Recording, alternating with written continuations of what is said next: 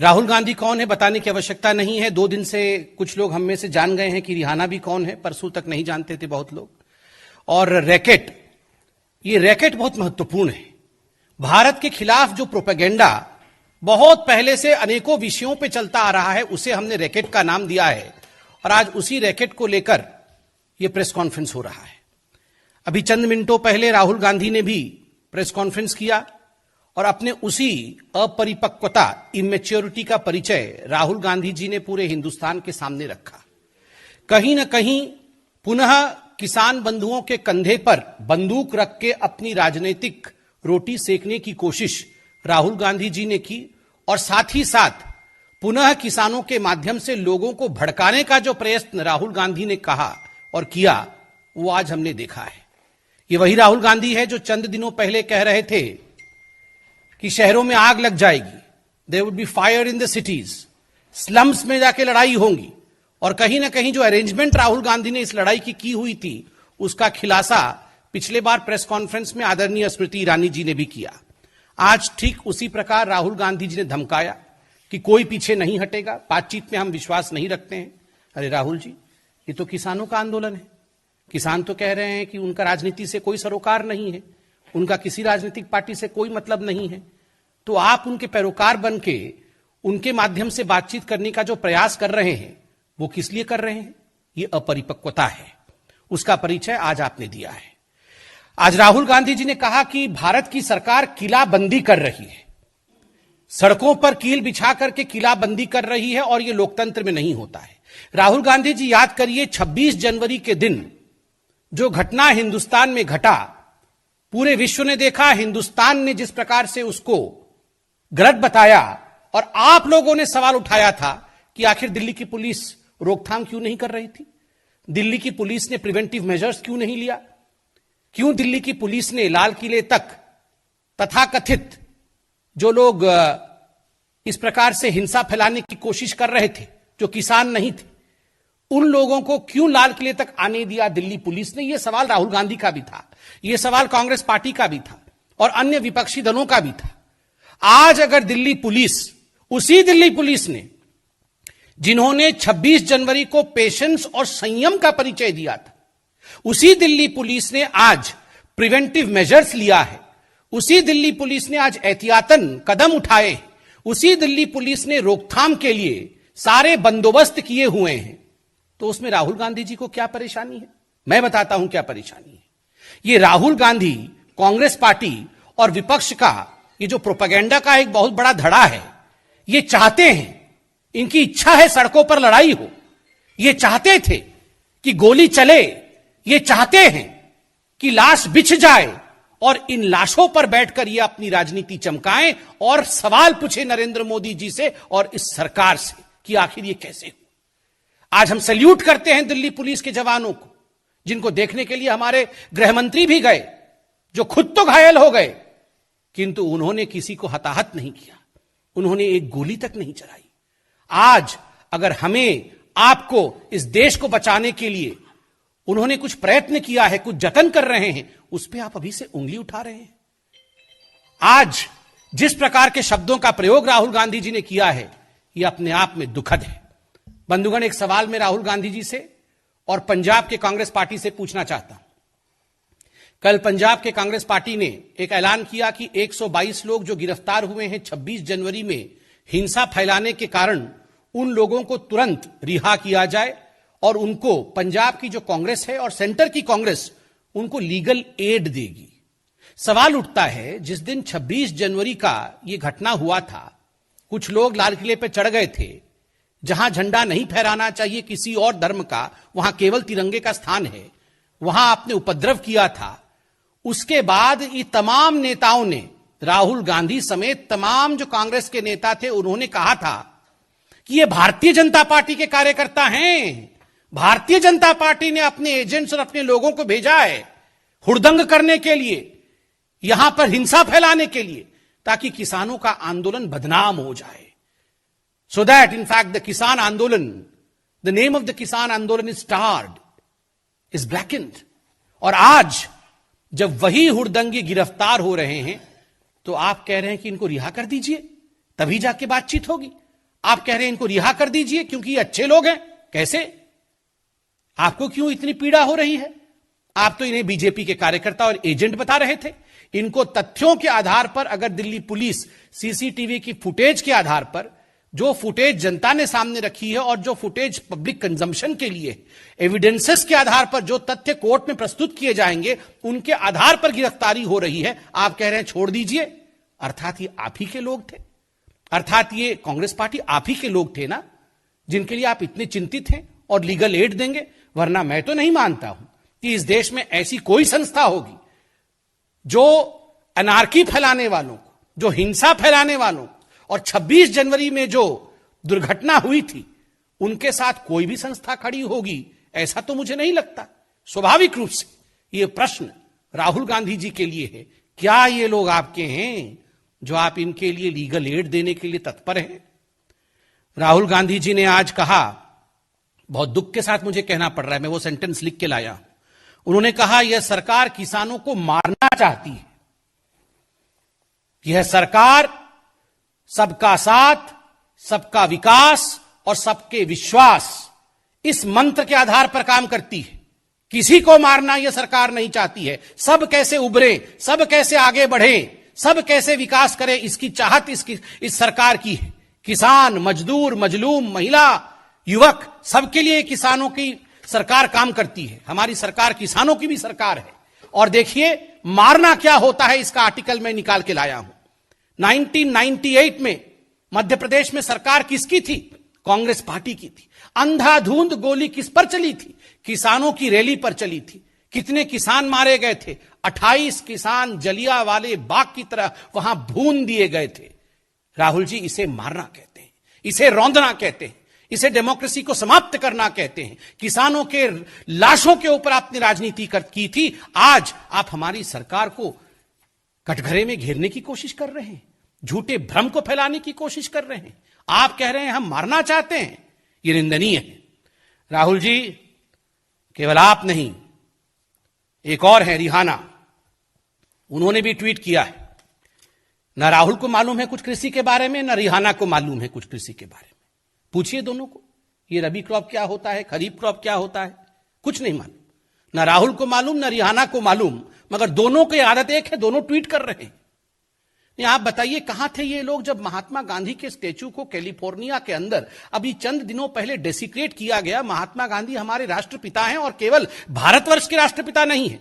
महात्मा गांधी पूरे विश्व के द अपोस्टल ऑफ पीस हैं, शांति दूत है पूरे विश्व के लिए। जब उनके धड़ को अलग कर दिया जाता है कैलिफोर्निया में, उनके स्टैच्यू के धड़ को, तो कोई भी इनमें से जो आज ट्वीट कर रहे हैं, जो इंटरनेशनल फिगर बने हुए हैं, उनमें से किसी ने ट्वीट किया? किसी ने ट्वीट नहीं किया।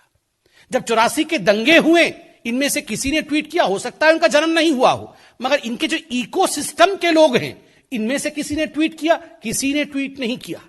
जब कश्मीरी पंडितों को निकाला जाता है, मैं नहीं कह रहा हूं कि 3 व्यक्तियों का नाम, मगर ये जो इकोसिस्टम है, उनमें से किसी ने कश्मीरी पंडितों के ह्यूमन राइट्स के लिए ट्वीट नहीं किया। और मैं पूछता हूं, दिल्ली पुलिस के जो जवान थे, उनके हाथ कट गए, उनके ऊपर तलवार से आक्रमण हुआ, उनको कूदना पड़ा खाई के अंदर, किसी ने इनमें से तथाकथित ह्यूमन राइट एक्टिविस्ट है, किसी ने ट्वीट किया कि ये ह्यूमन राइट वायलेशन है? किसी ने ट्वीट नहीं किया। और आज राहुल एंड रिहाना ट्वीटिंग।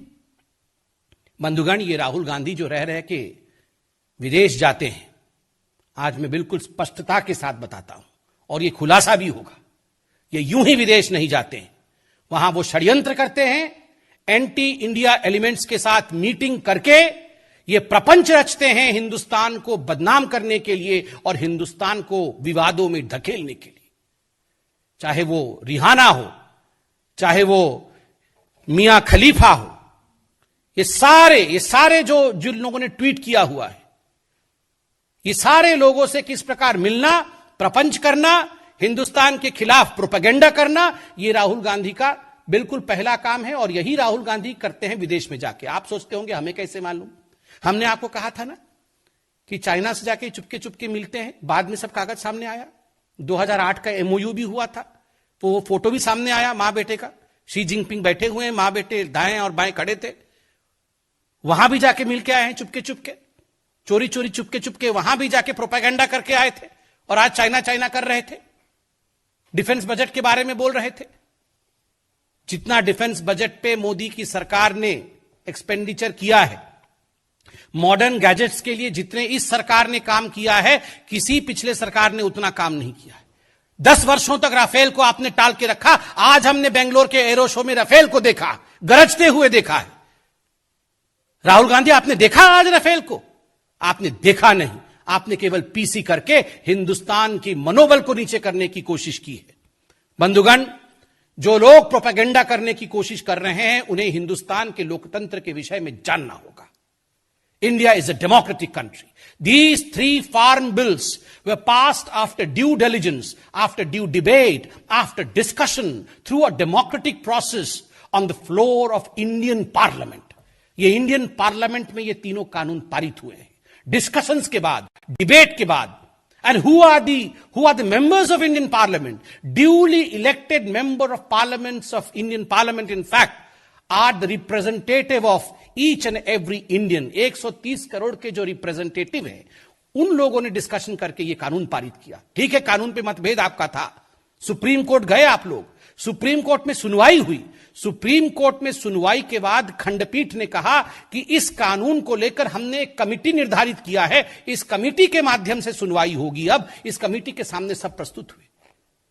आपके लिए पार्लियामेंट भी छोटा है, आपके लिए सुप्रीम कोर्ट का कोई महत्व नहीं है। ये 3-4 लोग ट्वीट करेंगे, उसी ट्वीट के आधार पर आप हिंदुस्तान के लोकतंत्र को तौलेंगे। राहुल जी, रिहाना जी नहीं समझती हैं ये सब। कम से कम आप सोचने और समझने की क्षमता रखिए। वो नहीं जानती है इंडियन पार्लियामेंट्री स्ट्रक्चर क्या होता है।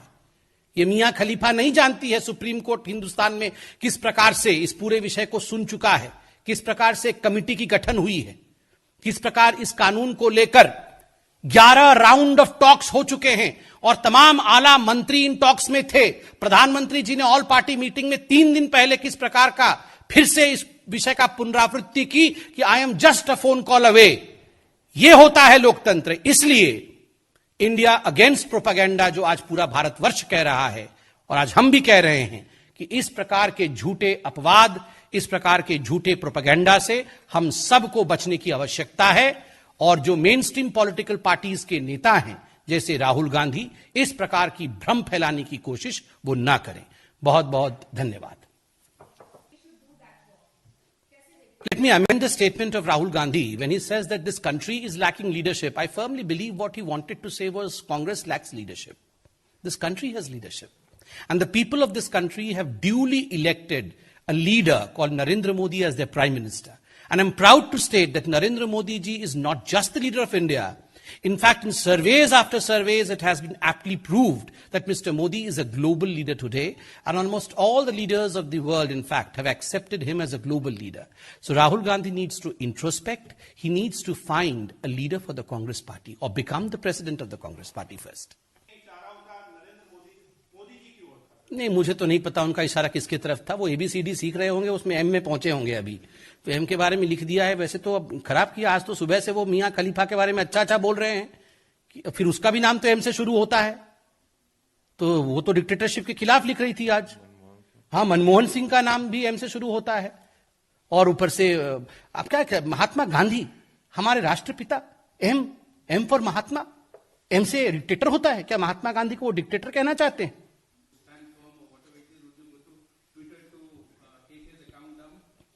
To the first question, as far as Rahul Gandhi, the first question was in Rahul Gandhi and? The first question was the discipline force of Delhi police. See, as far as the first question, whether Rahul Gandhi is speaking against the discipline force of Delhi police, I would say that Rahul Gandhi has never spoken in favor of any uniformed force.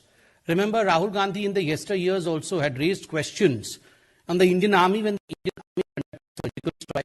After the airstrike as well, Rahul Gandhi had questioned the valor of Indian Air Force to the extent that some of the top officials of the Indian Army and the Indian Air Force then, if I remember correctly, in fact had to come out and had to give clarification that the airstrike and the surgical strike were right.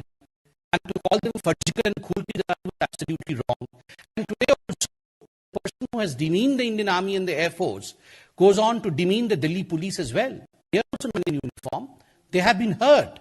In what happened on 26th of January, they also have been hurt, grievously injured, many of them in the hospital today. So shouldn't you be sympathetic towards them? Don't these police officers have any kind of human rights? They also have human rights, as do the people who in fact tried to unfurl some other religious flag on the ramparts of Red Fort. They also have human rights. So this selectivism of Rahul Gandhi is something which needs to be called out. And as far as the Twitter account of Rahul Gandhi is concerned, I don't think he is free to tweet as long as it does not instigate the people. Of course, any responsible leader of this country needs to behave responsibility. The irony is, Rahul and responsibility never moves together.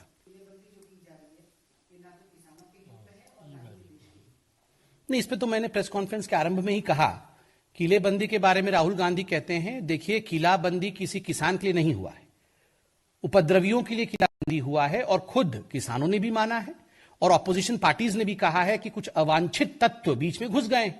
अगर अवांछित तत्व कुछ untoward incident करने का प्रयास करे, उसके लिए रोकथाम करना ये दिल्ली पुलिस का कर्तव्य है, वो अपना कर्तव्य निर्वहन कर रही है। इस पर किसी प्रकार से पुलिस के ऊपर आक्षेप उठाना ये उचित नहीं होगा। धन्यवाद।